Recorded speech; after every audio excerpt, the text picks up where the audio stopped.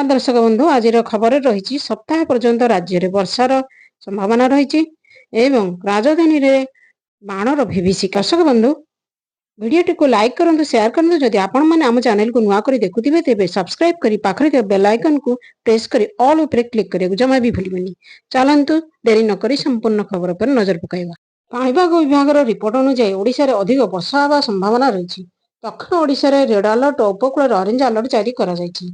सप्ताह सारा वर्षा लगी रहिबो। उत्तर पश्चिम दिगକୁ गति करने सहित आसंता काली दक्षिण बंगोपसागर केंद्रीय अंश और निकटवर्ती पश्चिम केंद्रीय बंगोपसागर अवपातर रूप नेबार संभावना रही।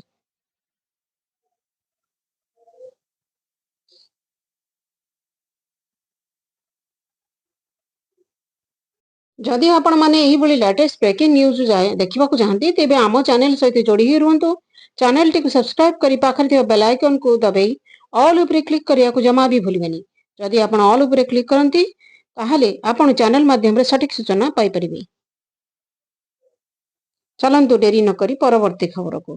परवर्ती खबर रे रही दीपावली रे समस्ते बाण फुटेई की आनंद नौथिला बेले राजधानी रे बाण फुटेवा अघटन कैपिटल हॉस्पिटल रे बढ़ुची आघातर संख्या।